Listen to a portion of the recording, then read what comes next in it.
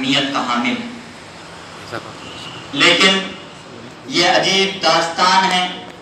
کہ مسلمانوں کا تاریخ، مسلمانوں کا اس ملک کی آزادی کی تاریخ سے بالکل حصہ اور نام ختم کر دیا گیا، بلکہ مسلمانوں کی تاریخ کو توڑ مروڑ کر کے پیش کیا گیا اور یہ ثابت کرنے کی کوشش کی گئی کہ مسلمانوں کا آزادی ہند میں گویا کہ کوئی کردار ہی نہ رہا۔ چند گنے چنے نام پیش کر دیے جاتے ہیں اور یہ بتانے کی کوشش کی جاتی ہے کہ بس یہ لوگ تھے جو آزادی کے مشن میں شامل تھے، اور بہت سے ایسے نام ہیں جن کو فراموش کر دیا جاتا ہے اور ان کے اوپر کیچڑ تک اچھالا جاتا ہے۔ حد تو یہ ہوتی ہے کہ ان کے ساتھ یہ ظلم روا کیا جاتا ہے کہ ان کے ناموں کو بدنام کرنے کی ناپاک کوششیں بھی کی جاتی ہے، ان کے ناموں کو اچھال کر کے یہ ثابت کرنے کی کوشش کی جاتی ہے کہ یہ ملک کے ساتھ غداری کرنے والے تھے، یہ تحریک آزادی کے خلاف آواز اٹھانے والے تھے۔ یہ بات عیا کی جاتی ہے اور یہ بات باور کروانے کی کوشش کی جاتی ہے کہ ملک کی آزادی میں مسلمانوں نے کردار تو پیش کیا لیکن غدارانہ کردار پیش کیا، اور پھر آگے چل کر کے یہ بات پیش کی جاتی ہے کہ مسلمانوں نے جو کردار پیش کیا انہوں نے اپنا حصہ لے کر کے اپنے ایک الگ ملک پاکستان مانگ لیا، اور یہ سمجھا جاتا ہے کہ مسلمانوں کا اب ملک ہندوستان میں کوئی حصہ نہیں، اور یہ سمجھا جاتا ہے کہ مسلمانوں کا ہندوستان کی آزادی میں جو کچھ کردار رہا اس کے عوض ان کو ملک پاکستان دے دیا گیا، اور یہاں کے باشندگان ہند کے مسلمانوں کو یہ سمجھا جاتا ہے کہ یہ پاکستان چلے جائے، اور ان کو یہ بار بار یہ اعلان لگتا ہے کہ گھر واپسی کی جائے۔ لیکن میں آج یہ چاہتا ہوں کہ آج اس اسٹیج سے یہ ظاہر کروں کہ مسلمانوں کا اس تاریخ آزادی میں وہ کردار رہا کہ اگر مسلمانوں کی تاریخ کو فراموش کیا گیا تو ہندوستان کی یہ تاریخ اور ہندوستان کی آزادی کی تاریخ، خصوصاً ملک آزادی کی یہ تاریخ، ہندوستان کے مسلمانوں کی تاریخ کو فراموش کرنے کے بعد میں نامکمل ہی نہیں بلکہ پوری طرح سے ختم ہو جاتا ہے۔ اس لیے کہ مسلمان اس ملک پر حکومت کر رہے تھے، اور مسلمان جب حکومت کر رہے تھے مسلمانوں کے ہاتھوں سے یہ ملک گیا، اور مسلمانوں نے جنگ آزادی کے 200 سال، جو جنگ آزادی کے شروع کے 200 سال تھے، اس کے اندر صرف تنہ تنہا مسلمان انگریزوں کے مد مقابل رہے، اور مسلمانوں نے اپنی جانوں کے نذرانے پیش کیے۔ مسلمان علماء اور مدارس کے وہ بوریا نشین جنگوں کے اندر آئے اور انگریزوں کے سامنے اپنے ہتھیاروں سے لیس ہو کر کے آئے اور انگریزوں سے مقابلہ کیا، ان سے برسر پیکار ہوئے، چاہے وہ بالاکوٹ کی سرزمین ہو، چاہے وہ پلاسی کی جنگ ہو، چاہے وہ 1857 کی جنگ ہو۔ ہر جنگ کے اندر مسلمان علماء اور مسلمان عوام شریک رہی، اور مسلمانوں نے وہ قربانیاں پیش کی کہ ہندوستان کی تاریخ میں اس کی نظیر نہیں مل سکی، ہندوستان کی تاریخ کے اندر اس کی نظیر نہیں مل سکی۔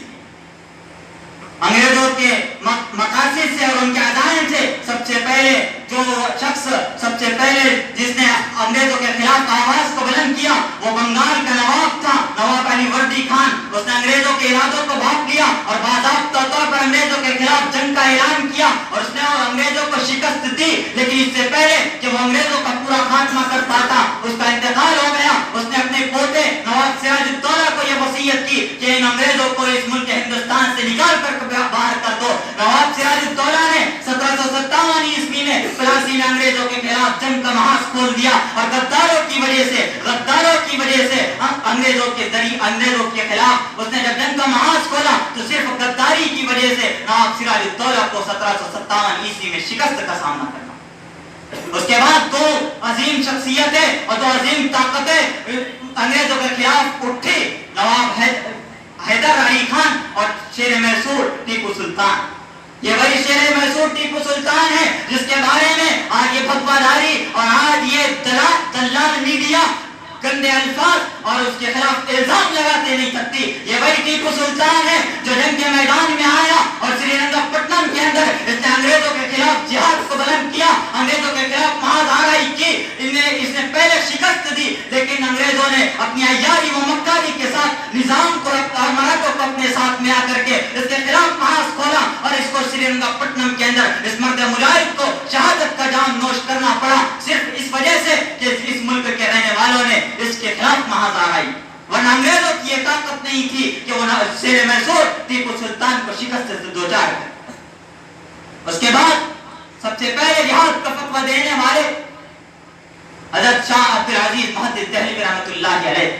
یہ اس مدرسے کے آدمی تھے جس مدرسے پر آج یہ باطل طاقتیں اور یہ اپنے طاقت کے نشے میں آ کر اور اپنے غرور میں آ کر, اپنے طاقت کے نشے میں آ کر, حکومت کے غرور میں آ کر جن مدرسوں پر آج غداری کا الزام لگایا جاتا ہے, جن مدرسوں کو دہشت گردی کا اڈا بتایا جاتا ہے, یہ اس مدرسے کے آدمی تھے شیخ عبدالعزیز محدث دہلوی رحمۃ اللہ علیہ. انہوں نے سب سے پہلے انگریزوں کے خلاف فتوی جہاد دیا اور اسی فتوی کا نتیجہ تھا کہ حضرت سید احمد شہید اور شاہ اسماعیل شہید رحمۃ اللہ علیہ کی وہ مقدس جماعت وجود میں آئی کہ اس جماعت کی نظیر ہندوستان کی ساری تاریخ میں ملنا مشکل ہے. اس جماعت نے انگریزوں کے خلاف محاذ کھولا, لیکن غداروں نے ان کو پتہ انگریزوں کو دیا اور پھر بالا کوٹ کی گھاٹیوں کے اندر اس مقدس جماعت کو گھیر لیا گیا اور اس مقدس جماعت کے روح رواں حضرت سید احمد شہید, شاہ اسماعیل شہید اور دیگر مجاہدین کے ساتھ ان کو شہید کر دیا گیا. اس جماعت سے جو بچے کچھ ماندہ افراد تھے انہی نے پھر وہ چنگاری لگائی کہ 1857 عیسوی میں بہادر شاہ ظفر کی قیادت میں اور مسلمانوں نے وہ محاذ کھولا اور 1857 کا وہ خورز معرکہ پیش آیا کہ جس کو بیان کرتے ہوئے زبان گم ہو جاتی. 1857 عیسوی کا جو معرکہ پیش آیا اس میں 14,000 علماء کو شہید کر دیا گیا اور 14,000 علماء کو شہید کر دیا گیا. چاندنی چوک سے لے کر خیبر تک کوئی درخت ایسا نہیں تھا جس پر کسی مسلم عالم کی لاش نہ لٹکی.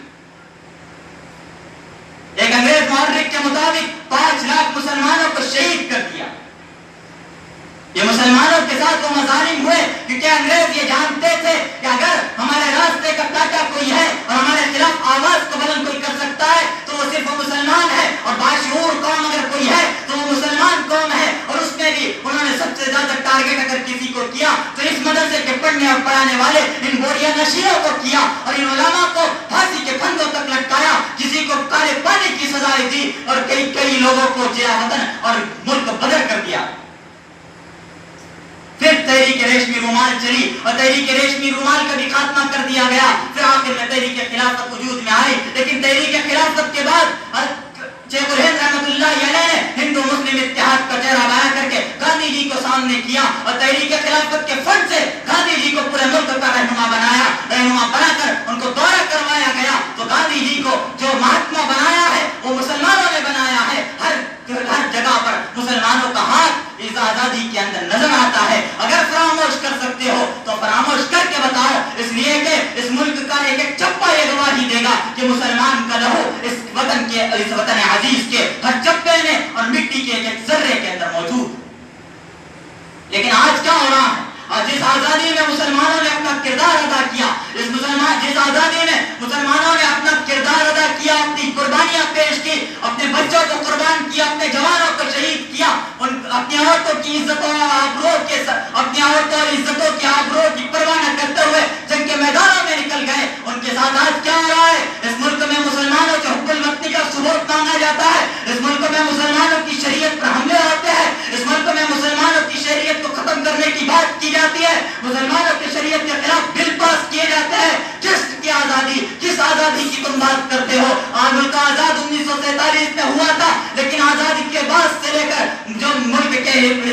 ہندوستان کے دستور نے مسلمانوں کو جو حقوق ادا کیے تھے برابر اس کی پامالی ہوتی رہی اور آج تک ہو رہی ہے. اور آج بھی بند دروازوں کے پیچھے مسلمانوں کو قتل کرنے کے اور مسلمانوں کو ختم کرنے کی سازش اور پلانی آج بھی بند دروازوں کے پیچھے چل رہی ہے. اب تو سر عام باقاعدہ حکومت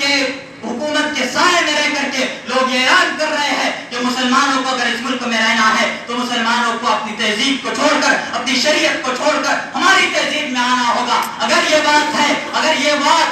ہمارے اسلاف کو معلوم ہوتی اور علماء کو معلوم ہوتی اور جنگ آزادی میں حصہ لینے والے مسلمانوں کو معلوم ہوتی کہ ہمارے نسلوں کے ساتھ میں یہ سلوک کیا جائے گا تو وہ کبھی بھی جنگ آزادی کے اندر حصہ نہ لیں. اگر آپ بات کرتے ہیں پاکستان جانے کی تو ہم یہ کہتے ہیں کہ ہم بائی چانس نہیں بائی چوائس انڈین ہے, اس لیے کہ ہم نے اس ملک میں رہنے کا اپنی شریعت کے ساتھ فیصلہ کیا ہے. اپنی شریعت کے ساتھ ہم رہیں گے, اللہ کے نام کے ساتھ, اسلام کے ساتھ رہیں گے, کیونکہ ہم یہاں کے حصے دار ہیں, ہم اس ملک کے رہنے والے, ہم اس ملک کے رہنے والے ہیں. اس ملک میں رہیں گے, اس ملک میں مر جائیں گے, لیکن اپنی شریعت کے ساتھ سمجھوتا نہ کریں اپنی شریعت کے ساتھ رہیں گے، ملک کے دستور کے ساتھ، ملک کے دستور کی پاسداری کے ساتھ زندگی گزاریں گے، لیکن کبھی بھی جو قانون ملک کا قانون اگر وہ بنتا ہے جو شریعت کے خلاف بنے تو ہم ایسے قانون کو بھی نہ مانیں گے، اپنی شریعت کے ساتھ، اللہ کے نام کے ساتھ، اسلام کے نام کے ساتھ اس ملک میں رہیں گے۔ اگر یہی اسی کا نام آزادی ہے، اور اگر یہ آزادی ہم کو نہیں مل سکتی تو پھر کس کام کی آزادی ہے؟ یہ آزادی کہ جس کے اندر ایک کمیونٹی کو تو پوری آزادی کے ساتھ رہنے کا حق دیا جائے اور دوسری کمیونٹی کو دبا کر، اس کو کچل کر، اس کو رون کر کے رکھ دیا جائے، یہ آزادی نہیں ہے، بلکہ یہ تو غلامی سے بدتر غلامی ہے۔ اس لیے ہم ملک کے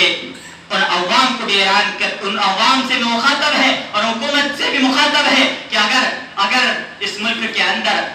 کے اندر جہاں غیروں کا حصہ ہے، جہاں پر ہمارے برادران کا حصہ ہے، وہیں اس ملک کے اندر سب سے زیادہ حصہ اگر کسی کا ہے تو وہ مسلمانوں کا ہے۔ مسلمانوں کی تاریخ کو نہ فراموش کیا جا سکتا ہے، نہ مسلمانوں کی تاریخ کو مسخ کیا جا سکتا ہے۔ اللہ تعالیٰ سے دعا ہے اللہ اس ملک کو سلامت رکھے اور مسلمانوں کو اس ملک میں عزت و سربلندی کے ساتھ رہنے کی توفیق عطا فرمائے۔